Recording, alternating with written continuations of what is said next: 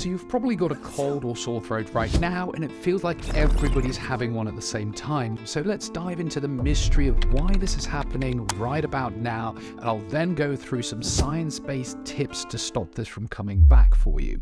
I'm Khalid, a family doctor from London, so why is everybody getting ill at the same time? Well, it's got something to do with this. Coronavirus. Coronavirus. The first US case has been detected. There's confirmation the coronavirus has reached Australia. Hopefully you've now tested for COVID and it's negative, but you see, over the past 3 years, we've been through lockdowns, social distancing, isolation, and the coughs, colds, and viruses that normally would be going rampant through the community haven't really had an opportunity to go through the places like workplaces, restaurants, concerts. So what's happened is your immune system hasn't had an opportunity to catch them and tweak itself, calibrate, and respond to the threat.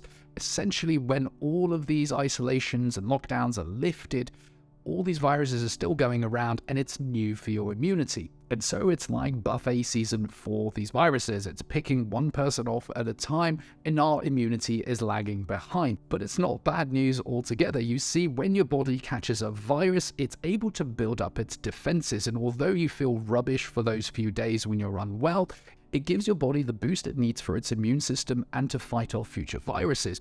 But what if you seem to be catching one virus after another, and how do we boost our immune system to fight these viruses? Well, there are 7 research-backed tips to enhance your immunity in this video, so let's start with the very first one. The key is to have a healthy, balanced diet and lots of fruit and vegetable. I guess kind of everybody knows that by now, but what kind of vitamins and minerals are important in your diet to help your immune system? Well, the very first one is vitamin A, and you can get vitamin A in things like eggs, oily fish, dairy, so your yogurts, cheese, and milk, but also you can get it in leafy green vegetables. The next one is vitamin C, which can be found in citrus fruits, so your oranges, lemons, but also can be found in peppers, strawberries, and blackcurrants. Okay, we're on to vitamin D, and if you're living in the UK, commiserations, because we don't get enough of this vitamin. You see, vitamin D, we get it through direct sunlight onto our skin, and in the UK, it's kind of miserable all of the time, so we don't get enough sunlight to do that. You can get some vitamin D from our diet, so things like salmon, oily fish, mackerel, sardines,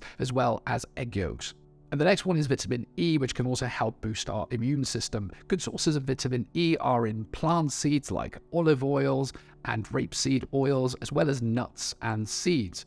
A mineral that can also be useful is copper. This produces red blood cells and white blood cells. The first one transports oxygen through the body, and the second one helps fight infections. Good sources of copper can be found in things like nuts and shellfish. Next one is selenium, and it helps our immune system work properly as well as our reproductive system. It can also help prevent damage to cells and tissue. Good sources of selenium can be found in things like Brazil nuts, fish, meat, and eggs.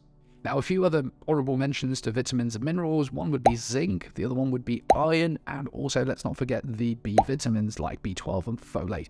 The key take home for all of this is that we should be getting these in our diet, and if we aim to have more fruit and vegetable every day, then we can ensure we do that. Try to have at least 5 portions of a variety of fruits and vegetables a day in your diet. And if you're living in the UK, you may need a bit of a supplement for vitamin D, especially in the winter months when there's not enough sunlight. I myself take about 1,000 units a day when I remember to take them, which reminds me I haven't taken mine today. Damn it.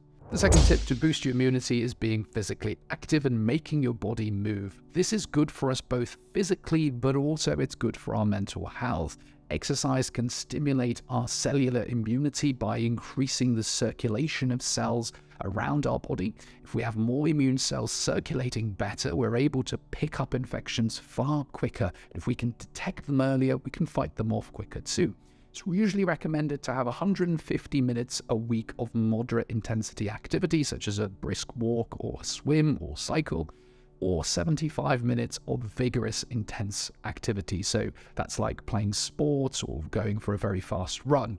Now, for vigorous intensity, you're not really able to have a casual conversation in the middle of it. That's kind of the key one to think about. It has to be really pushing you to the limit. And somebody asked me if sex counts. Hell yes. If you're going at it for 75 minutes at vigorous activity levels, well, then you found a cheat code to life, and science salutes you. So a perfect week would be doing some sports like football, and I try to do that when my dodgy ankle isn't playing up, the joys of getting old, and on top of that, going for like a gentle jog and maybe a swim. Remember, you don't have to do all of these things all at once, and it's better broken down over the course of the week, and you can do a combination of both moderate activity and vigorous activity. And I have to say that it can be difficult to fit all of that into a busy working week, but at least if you've got that framework, if that is your ideal to try and get to, then even if you don't make it some weeks, you generally are going to try to. Exercise also has great benefits for reducing your risk of cancer, heart disease, and lots of other conditions like diabetes,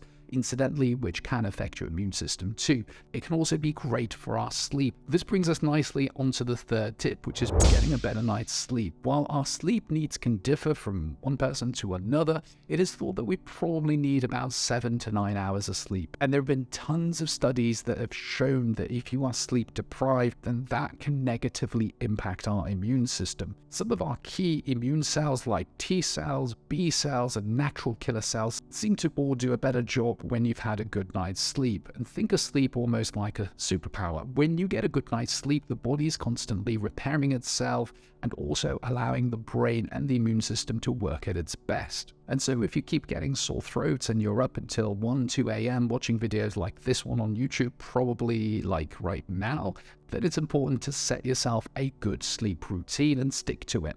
Our natural body clocks need a routine to align to, and once you're able to do that, it can fall into a rhythm.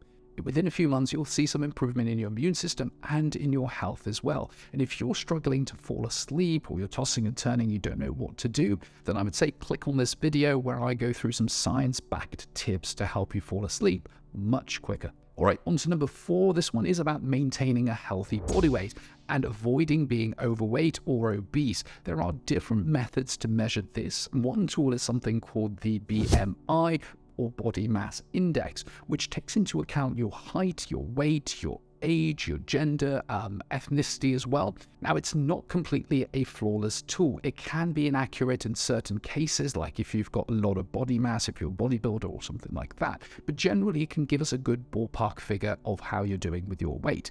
And if we are overweight or obese, then research has shown we're more likely to pick up infections. This can be down to cells responding to our immune system not functioning at their peak. So they may be able to do their job, but not just at their best level. And so the only way to boost that activity would be to lose weight and to get into a healthy weight bracket. Okay, tip number 5 is to stop smoking. Now, I was just going to stop there. I don't think that one I need to expand on. It's pretty self-explanatory, but I guess I'll just go into giving you a bit more context. When you're smoking, first of all, it contains loads of carcinogens. These are cancer-causing chemicals and toxins which can damage the lining of your throat and respiratory system. This can make you more prone to picking up infections as well as those natural barriers are being damaged. Secondly, smokers have an immune system that doesn't work as well as it should do. One study showed that macrophages, these are basically cells that go around your body and gobble up viruses and bacteria, basically that macrophages weren't working at their peak. Researchers also found that smokers had lower levels of certain protective immune cells and higher levels of immune cells that cause chronic inflammation. And interestingly, like as a family doctor, when I see children who have repeat viral infections every winter, one virus after another, one of the key questions I tend to ask is there somebody in the household who is a smoker? And often the parents would say, well, my partner smokes, but he doesn't smoke in the house. Unfortunately, with smoking, it doesn't matter. You can get it through secondhand exposure to smoke as well. So on your clothing, on your body, because kids are going to be all over you, climbing on your head and all that kind of stuff, waking you up in the middle of the night, well, they're going to be picking up all those particles and they're going to be more prone to chest infections, ear infections, and wheezy episodes. So if you are a parent and you smoke, even if it's outside, then I would encourage you to speak to a healthcare professional to think about stopping smoking because it's going to impact your child's health. Number 6 is avoiding too much alcohol. In the UK, the recommendations are drinking no more than 14 units a week, with a few days where you're kind of giving the body a bit of a rest. So to give you an example, a pint of beer is about 2 units, a large glass of wine is probably between 2 and 3 units. Too much alcohol in our blood switches our main focus of the body towards breaking the alcohol down. as in larger quantities, it's essentially a toxin. And so this prioritization shift means other normal functions like your immune system are being weakened, and alcohol can also affect our gut bacteria. And I think over the next 10 years, there'll be a huge amount of research about the impact of gut bacteria on our immune system and health, but if you're drinking lots and regularly, that can be affected. Alcohol also can affect and reduce the absorption of some of the vitamins we talked about, especially some of the B vitamins, which means your immune system isn't having the right amount of vitamins, even if your diet is fantastic. And finally, number 7, to reduce stress. You see, when we are stressed, our body releases a cascade of hormones like cortisol, like adrenaline. These are kind of coursing through your body. These were created to get us ready for a fight or flight situation, like the classic saber-toothed tiger analogy.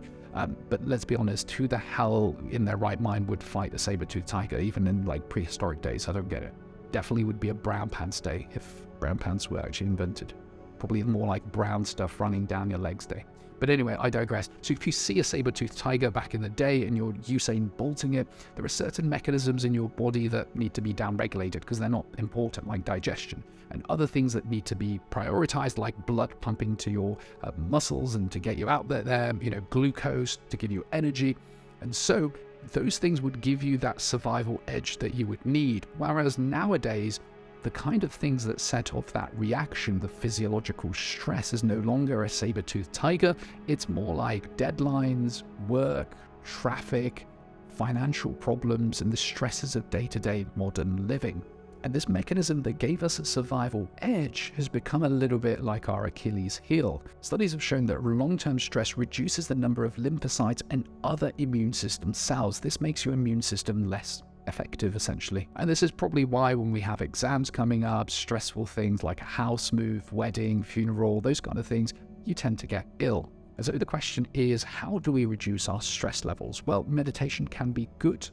Some studies have shown that that can be useful to reduce your levels of stress, as well as mindfulness and breathing exercises. So if you're working 70 hours a week in a high-stress environment, and the key would be to try and actually take yourself a little bit away from that, whether it's reducing your hours or your workload or doing something different altogether, because it doesn't matter how much meditation you do, if you're not taking yourself away from that stressful environment, you're still going to get those stresses. And so we talked about all of these things you can work on, but what if your sore throat isn't down to a virus or a bacteria?